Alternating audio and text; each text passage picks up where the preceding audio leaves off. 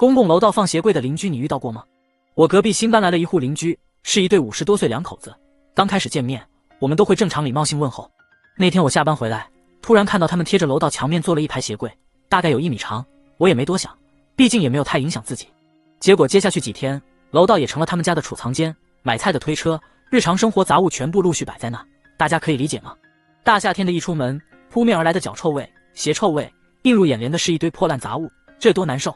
我本着友好邻居的态度就敲他家门，开门的是邻居阿姨，我礼貌说道：阿姨，门口是公用面积，而且是消防通道，您这样放置鞋柜杂物，占用消防通道很危险，而且夏天鞋柜味道属实难闻，能麻烦你收拾下吗？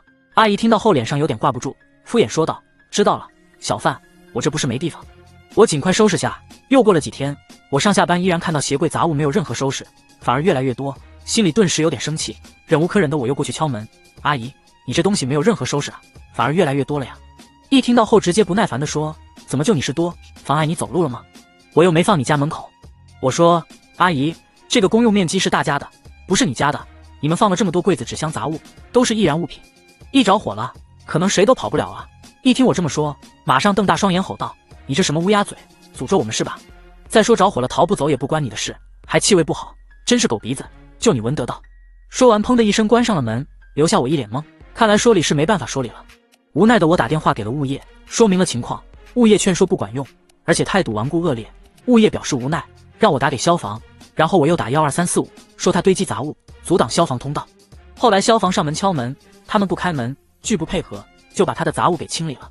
结果大半夜10点半，他在楼道里骂街，指名道姓的骂我不要脸，骂物业多管闲事，但是鞋柜依然岿然不动，杂物照样堆放，真是奇葩邻居在身边啊。我躺在床上苦思冥想，小眼睛一转，顿生一计。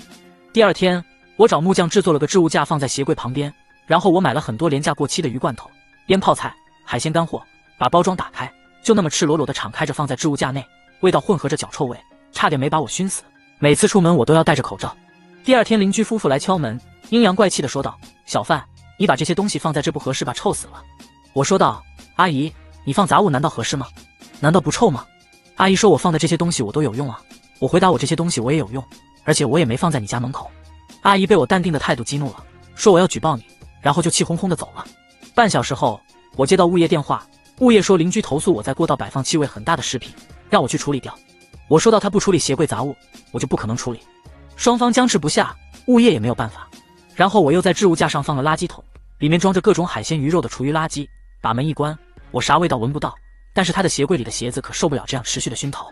过了几天，邻居最终受不了，过来敲门和我协商，说道：小范，你把你这些东西先扔掉，实在太臭了，我这边也把我的东西全部收回去。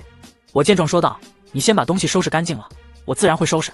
说完不等他回话，马上关上了门，然后我在屋里就听到那个阿姨骂骂咧咧的指挥她老公把鞋柜搬了回去。过了一会出去，楼道终于干净了，我心里那个爽。遇到奇葩邻居，我们一定不能怕，不知道大家平时遇到过没？大家觉得我做的对吗？